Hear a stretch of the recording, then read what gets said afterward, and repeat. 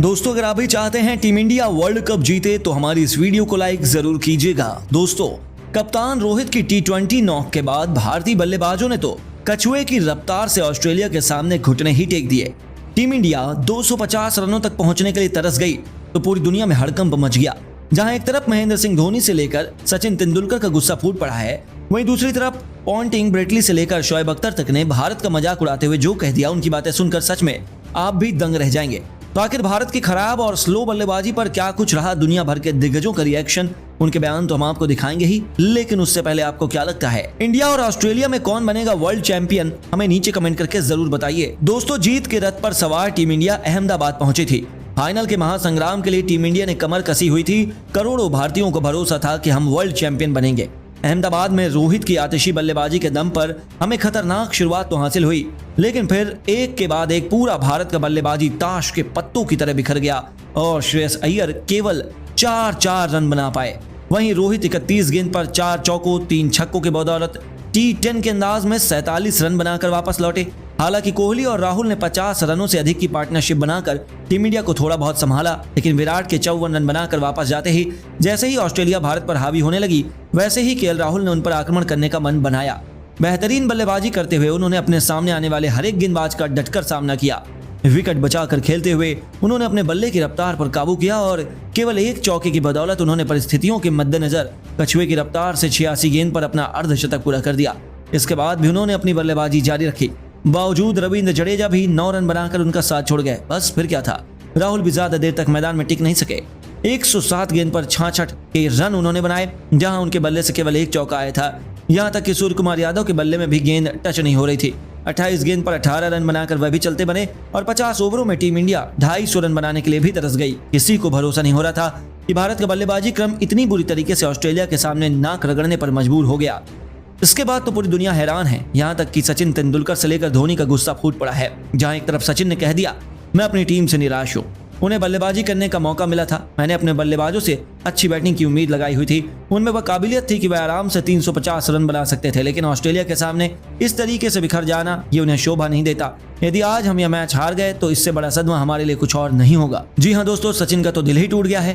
वहीं Ricky Ponting ने भी हमारा मजाक उड़ाते हुए कह दिया कि आज एक बार फिर चोकर्स इंडिया ने दिखा दिया कि आखिर क्यों वह वर्ल्ड चैंपियन बनने के लायक ही नहीं है। मुझे पहले ही पता था कि हमारी टीम को ऐसी परिस्थितियों में खेलने का बहुत एक्सपीरियंस है और भारत हमारे सामने कहीं भी टिक नहीं पाएगा। चलिए अच्छी बात है, भारत का घमंड तो ठिकाने आ जाएगा। दोबारा वह बड़ी बड़ी बातें करने से पहले 100 बार सोचेंगे। जी हाँ दोस्तों, केवल यही नहीं, शोएब अख्तर ने भी हमारा मजाक उड़ाने में कोई कसर नहीं छोड़ी। अख्तर का कहना है कि वाह टीम इंडिया, इससे अच्छा तो आप पाकिस्तान को क्वालिफाई करने देते, हम तो आपसे बेहतर ही लड़ाई लड़ते। मुझे आपसे ऐसी ही उम्मीद थी, आपको जीतना था, नहीं आपने दिखा दिया कि आखिर क्यों पूरी दुनिया आपका मजाक उड़ाती है। आज एक बार फिर आपने साबित कर दिया कि आप लोगों के केवल नाम बड़े हैं और दर्शन छोटे हैं। सबसे ज्यादा जरूरत पड़ने पर आप लोग तो वह फिल्म है जो हमेशा फ्लॉप होती है। बहुत खूब हिंदुस्तान।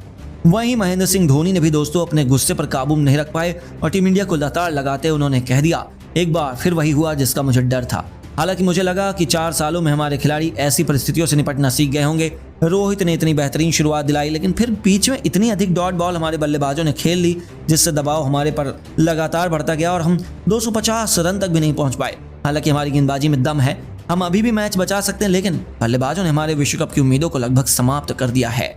दोस्तों अंत में ब्रेटली का रिएक्शन भी निकलकर सामने आया। उन्होंने कहा कि ऑस्ट्रेलिया की तारीफ करनी पड़ेगी, गेंदबाजों ने कमाल की गेंदबाजी की है। मुझे अपने खिलाड़ियों से ऐसी ही उम्मीद थी, लेकिन कहीं ना कहीं भारतीय टीम ने खुद अपने ही ऊपर मुसीबत मोल ली है। उन्हें इतनी बेहतरीन शुरुआत मिली थी, चाहते तो वह आसानी से 350 रन बना सकते थे, लेकिन भारतीय बल्लेबाज खुद ही आउट होने पर तुले हुए थे। इसमें हम क्या ही कर सकते हैं। बहुत बहुत बधाई हो ऑस्ट्रेलिया एक और वर्ल्ड कप की जीत के लिए। तो दोस्तों सच में जहां हर एक हिंदुस्तानी निराश है, वहीं पूरी दुनिया में हमारा मजाक बन रहा है। लेकिन अब आपको क्या लगता है, टीम इंडिया क्या अभी भी गेंदबाजी से मैच बचा सकती है? अपनी राय हमें नीचे कमेंट बॉक्स में जरूर बताइए। जहां पर भारतीय टीम की तरफ से फाइनल मैच में पारी की शुरुआत करने एक बार फिर से कप्तान रोहित शर्मा के साथ शुभमन गिल आए, तो दूसरी तरफ से गेंदबाजी की शुरुआत मिचेल स्टार्क ने की। जहां पर कप्तान रोहित शर्मा ने अपनी पहली गेंद पर सम्मान देते हुए फाइनल मैच की शुरुआत की, लेकिन दूसरी गेंद पर रोहित शर्मा ने 2 रन के साथ अपना और अपनी टीम का खाता शानदार तरीके से खोल दिया। हालांकि ऑस्ट्रेलिया की टीम के फील्डर जबरदस्त फील्डिंग कर रहे थे, जिसके चलते पहले ओवर में मात्र 3 रन आए, तो दूसरी तरफ से गेंदबाजी की शुरुआत जोश हैजलवुड ने की, जहां जहां पर इनका भी स्वागत 2 रन के साथ कर दिया। हालांकि अगली ही गेंद पर रोहित शर्मा ने चहलकदमी करते हुए अपना और अपनी टीम का पहला चौका आक्रामक अंदाज में लगा दिया।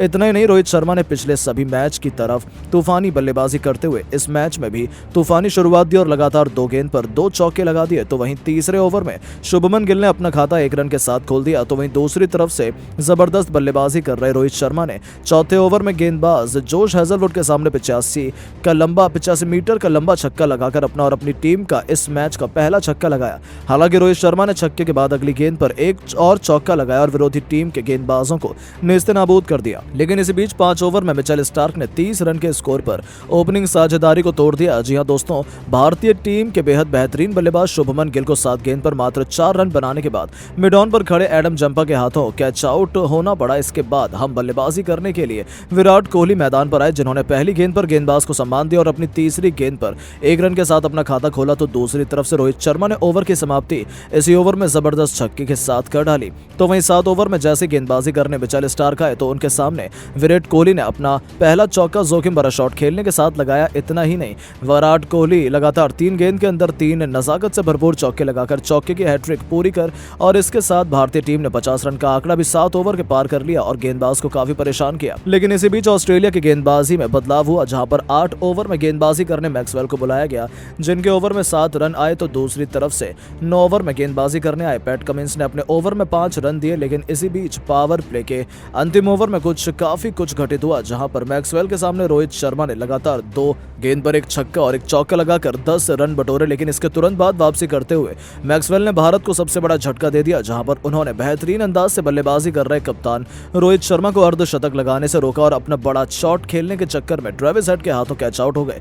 इस दौरान रोहित शर्मा 31 गेंद पर 4 चौके और 3 छक्के की मदद से 152 के स्ट्राइक रेट से 47 रन बनाकर कैच आउट हुए। इसके बाद बल्लेबाजी करने के लिए श्रेयस अय्यर मैदान पर आए, जिन्होंने पहली गेंद पर चौके के साथ अपना खाता शाही अंदाज से खोला। इस दौरान पावर प्ले में 80 रन 2 विकेट के नुकसान पर भारतीय टीम ने बना दिए। लेकिन इस बीच 11 ओवर में कप्तान पैट कमिंस ने भारत को एक और तगड़ा झटका दे दिया, जहां पर उन्होंने जबरदस्त फॉर्म में चल रहे बल्लेबाज श्रेयस अय्यर को विकेट कीपर जोश इंग्लिश के हाथों कैच आउट कराया। इस दौरान श्रेयस अय्यर 1 रन लेने के चक्कर में अपना हल्का सा किनारा दे बैठे और एज लगने के कारण विकेट कीपर ने उनका कैच पकड़ लिया, जिसके बाद अब टीम को संभालने के लिए केएल राहुल मैदान पर आए। इस दौरान 81 रन पर 3 विकेट गिर जाने के बाद विराट कोहली और केएल राहुल ने मिलकर भारतीय टीम को संभाल लिया, जहां पर केएल राहुल ने अपनी तीसरी गेंद पर 1 रन के साथ खाता खोला। तो वहीं 12 ओवर में एक बार फिर से गेंदबाजी में बदलाव करते हुए स्पिन गेंदबाज एडम जंपा को बुलाया गया, जिनके ओवर में 5 रन बल्लेबाजों ने बटोर लिए। लेकिन इसी बीच 14 ओवर में मैदान पर अजीब घटना हुई। दरअसल जब 14 ओवर में दूसरी गेंद फेंकने के बाद एडम जंपा गेंदबाजी के लिए तैयार हो रहे थे, तो इसी बीच मैदान पर विराट कोहली से मिलने के लिए फिलिस्तीन समर्थक आ गया, जिसकी टी शर्ट पर युद्ध रोकने का मैसेज भी लिखा हुआ था। ऐसे में विराट कोहली से फिलिस्तीन समर्थन मिलने लगा।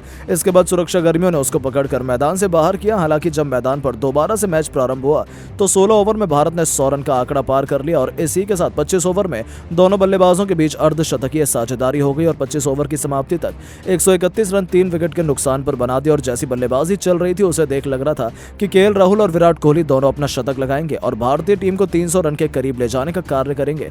तो दोस्तों, आज के फाइनल मैच में भारतीय टीम की बल्लेबाजी को आप 10 में से कितने अंक देना चाहेंगे? अपनी राय नीचे कमेंट बॉक्स में जरूर दें। और रोहित शर्मा ने बैक टू बैक 2 चौके जड़े थे हेजलवुड को। इसके बाद गिल ने थोड़ा बहुत प्रयास जरूर किया, लेकिन वो कुछ खास कर नहीं पाए थे। लेकिन दोस्तों, इधर रोहित शर्मा पीछे मुड़कर नहीं देख रहे थे। उन्होंने तो एक छक्का भी जड़ा हेजलवुड को और इसी ओवर को खत्म किया 1 चौके से। लेकिन 5वीं ओवर की दूसरी गेंद पर दोस्तों जब गिल आउट हो गए ना, तब भी रोहित की रफ्तार रुकी नहीं थी। उन्होंने 5वीं ओवर की आखिरी गेंद पर ना स्टार्क को छक्का जड़कर उन्हें उसी ओवर में मुंह तोड़ जवाब दे दिया था। गिल के आउट होने के बाद दोस्तों मैदान में अब विराट यानी कि किंग ऑफ क्रिकेट की एंट्री हो चुकी थी और एंट्री भी कुछ ऐसी कि स्टार्क को स्पेशल तरीके से जवाब देते हुए ना गिल के विकेट का 7वें ओवर में इन्होंने बैक टू बैक 3 चौके जड़े और मैक्सवेल को भी चौका जड़ा पारी के 8वें ओवर में, जिससे भारत का स्कोर अब 8 ओवर के अंदर 63 के पार जा चुका था। इधर दोस्तों रोहित शर्मा 25 गेंदों में 3 चौके 2 छक्के जड़कर 36 रन बना चुके थे।